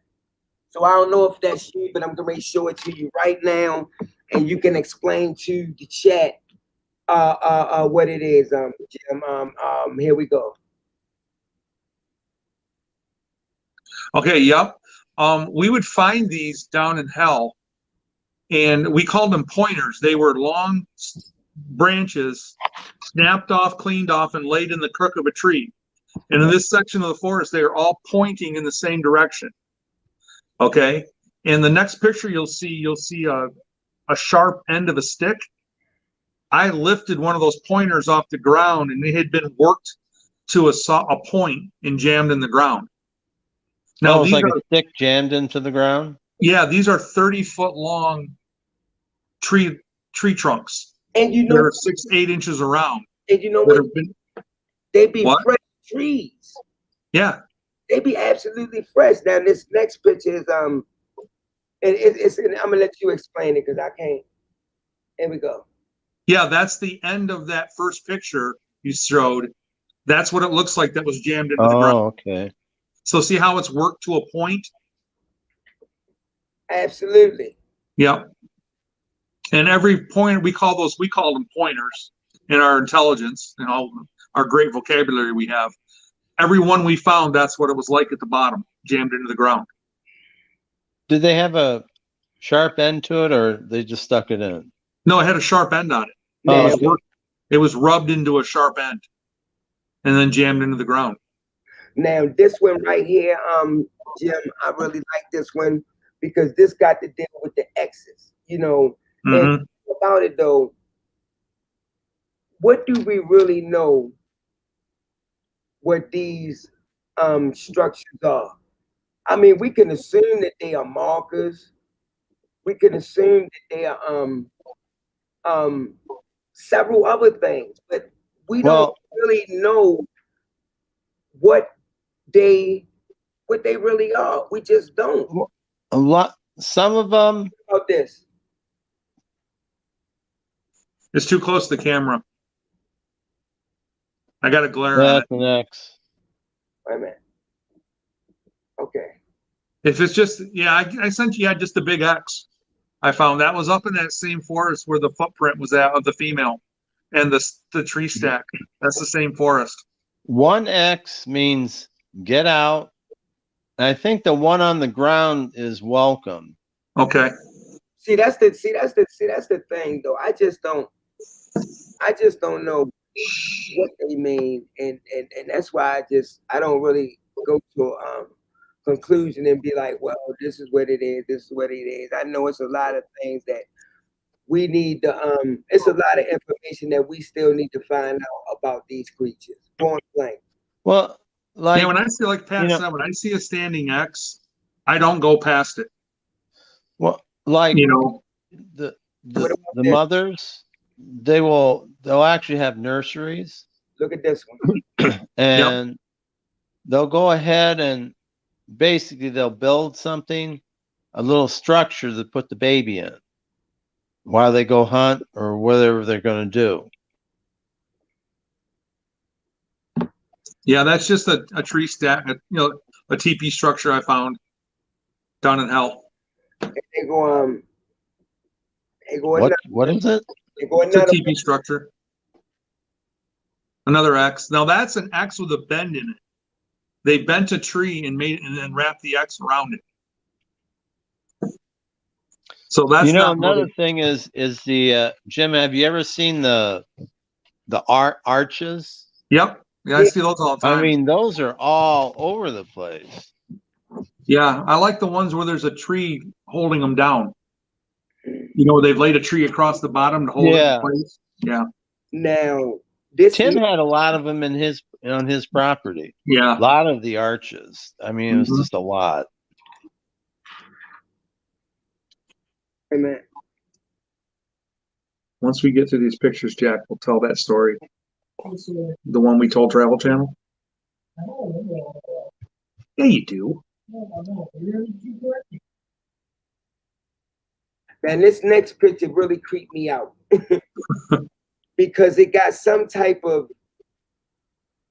It looks like a gift. I ain't gonna give it away, but you'll see. I think your wife is holding it in her hand, or someone is holding it in their hand. But here it is right here. Okay, yeah, this is the doll story. Okay, so that's our friend Andrea. Tim made that, right? Yep, and that's Tim next to her. Tim is a very creative man. He builds things. Yeah, he's very talented. Yeah, on his property, he made this grass doll for the little girl in Andrea's woods that Pat was talking about earlier. Okay, so this is the couple days before Christmas. Yep, Andrea had come back into town. She was living in Kentucky. So her and I and Tim met for lunch, and then we went out to her woods for a walkabout. That grass doll, Tim made it and brought it as a gift, okay, for the little girl. I put it as high as I could reach inside of a tree, around like where the tree bent around, so nobody could see it. Okay, so I put it about 8 feet up in the air. I went back for 6 months checking on that about once a month, and it was always there. It never moved. And then one day it was gone. Okay, now here's where it gets weird. 4 years later to the day, we're out there, and that grass doll, if you look, there's a picture of it laying in the bottom of a tree. You know what? That's what I'm going to get to now, and I wasn't finished with it. Yep, that doll was laying in the bottom of a tree, here of it the go- tree. here it It goes. was, yep, and it had no rot. The grass hadn't rotted, hadn't mildewed, nothing. It was Really? like the next day, but it was 4 years later. That doll was gone. I'd been out in that woods several times, and it was nowhere to be found. And then all of a sudden, 4 years later, we're back together in that woods, and that doll was laying in the bottom of a tree. Oh man! Yeah, you explain that one. Somebody please explain that one. There's no coincidences Yeah, No. in this stuff. You're right. It's in the hollow of a tree. Yep. And I had put that doll up 8 feet in that tree around that lip where you would have to walk into the tree, turn around and look up to see it. So it disappeared. 4 years later, it reappeared. Explain it. The thing is, though, you can't. No, and grass is going to mold, mildew, and rot if it's out in the elements. And They- that they smelled show- as fresh as the day it was made. They showed me picking the doll up, like in my mind. Yeah. They picked it up and they looked at it, and whoever picked it up, they smiled at it. Well, they took it because it was gone Yeah, I for know, 4 years. but I mean, they're looking at it and admiring it. Yeah, Tim made it for the little girl. I don't know what's her name? Regina. Yeah, he made Yeah. it for her. Yep. What, Bill? Have a very needy dog tonight. It's a nice dog. Yeah, she's a good girl. You want some? No, I Want got to some get more? her straightened out before I can get her a playmate.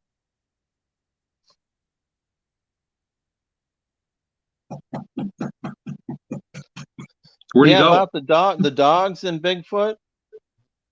Now, like our dogs here, they'll go ahead and, like, this one night, I saw Bigfoot came. They like to scare the cats by the window. They do. And I got another dog. I have a dog story too. So they came right by the window, and these cats, the cats are right, they sit on the windowsill, and so they're sitting there, and all of a sudden it's like, like in the cartoons, they just get out of there so quick. It was like that. Yeah. It's like every one of them scattered, and we're sitting there, holy shit. And then there's so many dog stories. My dog Freya, she would come into the kitchen, right? And there'd be like a area where she didn't want to go. We couldn't understand what the heck was going on. And she would go like in the dining room, and then she'd see something that she was terrified of. She'd see it, and she'd sit down underneath the table by my feet, cowering. And we didn't see anything. Mm-hmm. And the same thing happened to the dogs one night. They're by the back deck window, and they saw something, and they, just like the cats, they scattered. Startled them. Yeah, I used to love to take Fletcher out with me because he'd see him, and I always knew when he all of a sudden when he went on alert, there was something there that he could see that I couldn't see, and he'd just sit and stare. Really? Never scared, wagging his tail sometimes, but just sat there and stared into the woods. And I'm looking, and going, "There's nothing there, Fletcher. I don't see anything." And he just sat there locked on. Well, Robin took a picture of a female. It's almost like she, on the top of her head, she had a hairdress. But she told Robin that she would come down, and it's by the fence, and she would come down there and watch the dogs play. Now, another time, I went next door to the next door neighbor, and I was walking back, and they were calling Freya. I heard them. I heard them physically. They would go Freya, and they like her because she's white. She's a Great Pyrenees, and white things, and it's like almost like maybe like a sacred type thing. Interesting. A white dog. Did not know that. That's a new one for me. Okay. No, Well, that's Louis, true. you're never going in the woods by yourself. Yeah, never go in the woods by yourself. Take your dad with you, That's right. Can't lose her. or take But your son, vice versa. yeah. Does he have any more pictures he wants to show? I don't know. I think that was it. I think that was the last of the ones I sent. Like, I mean, I've taken, pictures. I'll be out at. I took one. I was working for FedEx again, so I was over by the place, and I said, "Well, let me just take a picture." And I actually got something. I went to North Carolina, and it's for FedEx. I was like, I'd travel over there and stay there and help out other centers uh, in North Carolina because of the hurricane. And I took a picture, and sure enough, there was a Bigfoot in it. Hmm. And the thing is I'm not sure how. And I said something about this earlier. Is how they find you. I mean, you can't hide. I mean, you can't hide from them because eventually they'll find you. Yeah. You know what I'm saying, Jim? Yep. Yep. Well, the day I knew that Robin was legitimate, we were talking and she told me that they're showing her an image of me riding a big wheel in front of a greenhouse. Yeah, it's when you're a kid, wasn't it? Yeah. And now, if you think back to the 60s, early 70s, most houses were white or brick. Green was not a common color for a house. And both houses I grew up in were green. Oh, The one in really? Lansing, That's one in cool. Lansing was dark green, and the one in Mason was light green. And I used to ride I didn't have a big wheel; it was a mean machine, is what it was called. And I I used to ride remember that up and those. down my driveway out in Mason because I was too little. I was too young to be trusted on a road with my bike. I was like 6, 7 years old. I think I So had a big wheel. I used to, spin out with that thing and do hard turns and cause all kinds of trouble. But yeah, so that And I was like, there's no way she could have known I had a greenhouse. She couldn't have known that because I've never put it on social media. I don't have pictures of my old house on social media. There's no way she could have known. now, do you feel that they've been with you your entire life? When I saw the film, I would have dreams about Bigfoot. I'd have dreams of them looking in the window. I'd have dreams of them banging on the door. Oh, I'd have dreams? dreams. I'd have dreams of them chasing me through the woods, stuff like that. And it got to a point where I was like 10 or 11, where they were becoming nightmares. And then one day they just stopped. And we had some family friends that lived out by Weberville, Williamston area, that had a sheep farm. And this was in the mid 70s. And you can look it up. Wade King was the Bigfoot researcher's name. Yeah. They had something on their property. They would find those. Remember the big heavy duty burlap bags, feed bags that you had to have the sharp knife to cut. They would walk on their barn, and those bags would just be ripped open, and there'd be seeds spread everywhere. They'd find their barn cats with like their stomachs bitten out of them. Really? Yeah. Ugh. They found a handprint one day in the feed. They found a footprint in the feed. So they called this Wade King guy to come out and look into it. And he was out there for like a week or two doing an investigation. And they recorded on a tape recorder this god-awful scream that sounded like a woman being raped. screaming at the top of her lungs. And we used to joke about it and call it the raped ape. And it was a Bigfoot scream. And they gave me a copy of it. And I used to listen to that, for a couple of years until I wore the tape out. But I forgot about it. And then I heard somebody doing calls one time on TV, and they did that call. And it brought the memory back to me that I'd heard that call before, but I actually heard it from a Bigfoot, not a person, on a tape recorder. So I don't know what happened, why the dreams all of a sudden just went away. But I stopped being, I wasn't scared of them during the day or night when I went to bed, but I would have dreams of them looking in the windows. I'd have dreams of them banging on the house, banging on the door, trying to open the door, stuff like that. And I was talking to Rob about it, and she said that they were actually doing that. And Trying somehow, to get your attention. yeah. And I just, my mind processed it as a dream. So I don't know. I've got something wrong with my leg. It's a dream, I'm gonna say, but I've got lack of circulation in my right calf. Okay. And a lot of times at night, not so much anymore. I'll get to that, but what'll happen is the blood supply will be cut off, and then my calf muscle will lock up.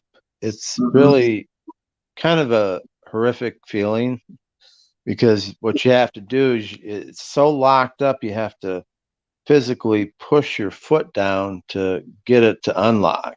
Right. So I'm asleep one night, and I have a dream, and there's two surgeons, and they're working on my leg. Now, that's all fine and good until what they did, they touched the part where it cuts off the circulation. And then what happened was, once they did that, my leg, the spasm started. It started to lock up again. And I pulled away because basically I just don't want that happening. But it was the Bigfoot. They worked on my leg, and it doesn't do it. I haven't had it happen for a very, very long time. It used to happen all the time.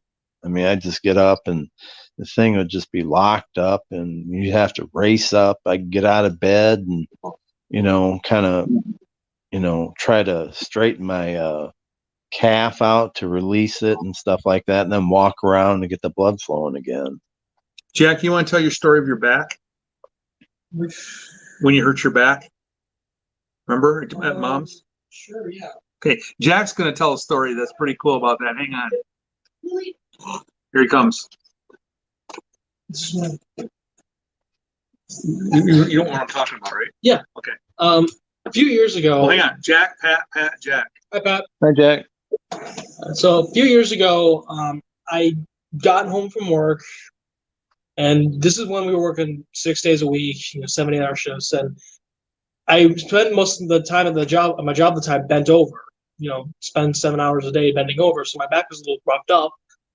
And I got home, and I went to do some work on our shed because we were going to start clearing a bunch of crap out of it. And I went to go open up some doors because it was blazing hot out in the middle of summer. I went to bend over to open a door, and I felt my entire lower back tighten up. I pulled the muscle in my lower back where it meets my hip. And so I was basically bedridden for an entire weekend, which sucked. And the next day, I was sleeping that night or early in the morning, I felt something grab my leg and pull, and all the pain in my back just went away. Really? Yeah. And then like a couple hours later, I tried to, get up, and all the pain just came rushing back. So.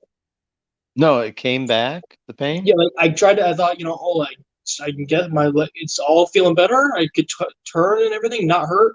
So I tried to get out of bed, get up, stand up, and it all just came right back. So Really? whenever I irritated, it came right back at me. But when whoever it was pulled it, Mhm. it released the pain? Yeah, like I just felt like something grabbed my leg while I was sleeping and just pulled me real hard. Like I actually moved down my bed a couple inches. Yeah, it sounds like almost like a chiropractic Yeah, thing, you it know felt what I'm saying? all the pain, everything, the tightness, just went away instantly. And then when I Really? tried to get up, Wow. it all came right back. Yeah, I've So had back pain, and when you get relief like that, you want it. yeah, it felt good. I was like, oh, I can actually go shower because I didn't shower for 2 days because of that, and I hated that. Sit right here. So Pat, we're gonna tell you a story. Yeah, He tricked me. I tricked you. Is So this the tombstone thing? no. So that campground, that old campsite we all used to go to, where we're having our consistent activity. He and I hiked in there one night in February of 2015. There was no snow on the ground, but the ground was frozen. We built a campfire in the in the Yeah. pit, and we were Yeah. standing there. And what did you smell? I smell like blood, like a fresh deer kill or something like that. I think I remember. I think Robin told me this. Yeah, so we could smell fresh blood. So what did you do? I went down the trail path, just go investigate it because it smelled like it was within 10 feet of our camp. Yeah. So when he walked away, I'm standing at the fire and I got creeped out. I never get creeped out to the point where I couldn't stand there anymore. Okay, so I walked around the fire and started following him. He heard me, turned around. And I just saw this big black mass just completely shadow him out and shadow out our campfire. It was good few feet away from him, but it was completely Huge. overtook him in size. Yeah. Shoulder width really wide. Everything. Absolutely everything. It dwarfed him. Yeah. When I saw him, he turned around, his eyeballs went boom. They literally popped open and bulged out. And Can't just say wide. No. That'd be like, like turning around and boom, wow. Yeah. Mm-hmm. And he was like, Dad, one just walked right behind you. Yeah, mere maybe feet, 3, just 4, feet behind you. just a few feet because you were still at the entrance of the trailway. Yeah. So and he was about 10 feet in front of me. So I'd say it's probably from me to the end of the table right here. Yep. No, from you to the end of the table. Yeah. And there was a tree limb above the path. And tell me where the head was. It was above the tree branch. Yeah, his head was above the tree branch. We measured, and I can reach 8 feet, and the tree branch was 2 feet above my hand. Somebody just said the light kid. The what? The light kid. The light kid? Yeah. I'm not that white. Light. No, light. The light kid. Yeah. That's kind of what they call him, isn't it? But we got back up the trail. We went and looked around the campsite. The ground was too hard for any tracks, but we found a brush pile where all the brush behind it had been pushed down, or something huge was squatted down there or sitting there watching us. And the only thing we could figure was the kill had been made and he was going to go eat. And he didn't care who saw him. And he walked between me and the campfire. And that's why, the campfire got blacked out, because he walked between us.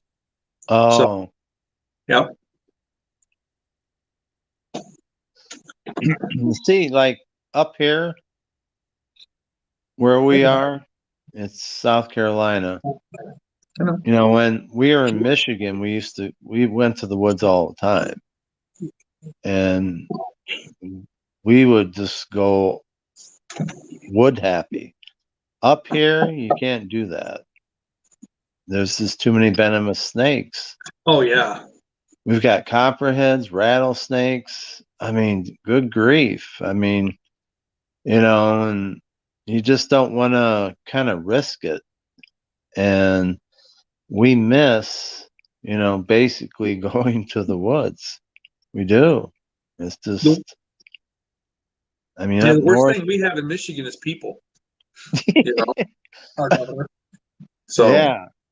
But, some parts of Michigan now, like up in the Thumb and up north, we have the big cats. The cougars are around. Yeah. I mean, that's what you got to worry about. Yeah. I mean, the big cats and then the coyotes. And the thing is about like coyotes and stuff like that. They actually, the Bigfoot will keep them as pets. Did you guys know that? Coyotes, and then we had actually one of our cats. Robin said his name is Forrest. I used to call him Bigfoot Kitty because when we found him, the Bigfoot helped us find him and rescue him. And for the longest time, he had this look on his eyes that it just seemed weird. And but anyway, he'd love to just like skate out the door all the time, and just like he'd wait for the door. He got smart, and then once he saw it, he had it.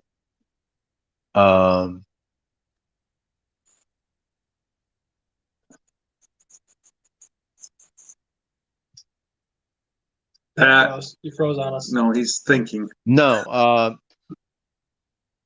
he would dart out the door, and he got caught in a portal. What the heck?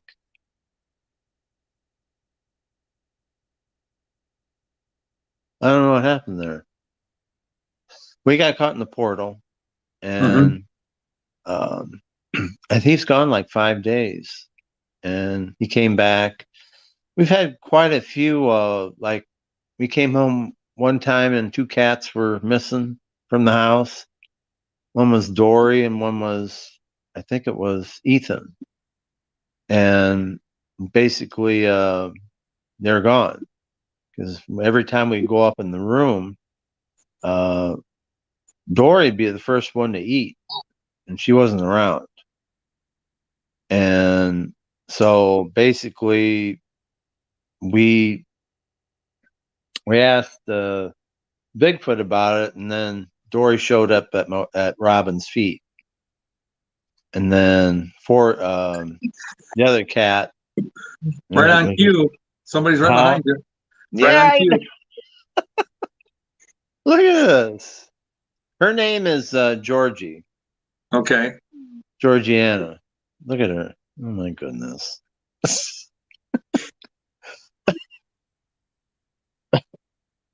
I've got a Maine Coon that sleeps on my chest at night.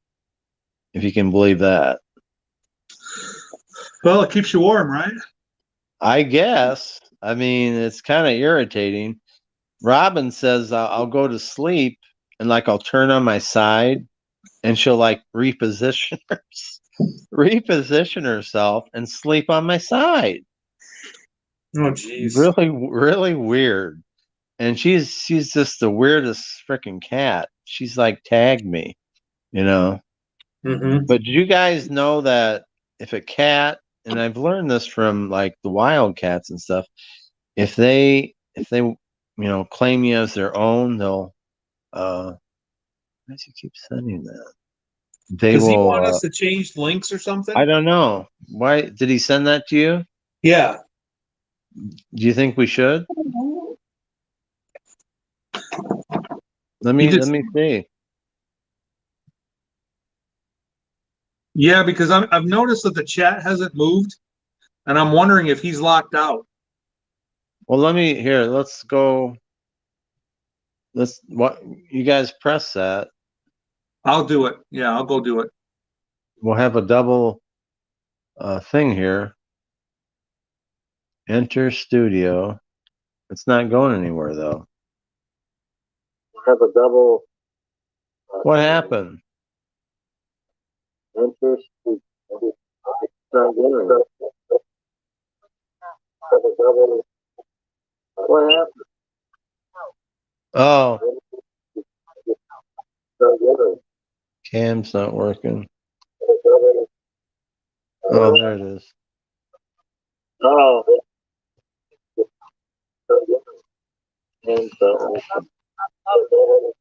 What's Okay.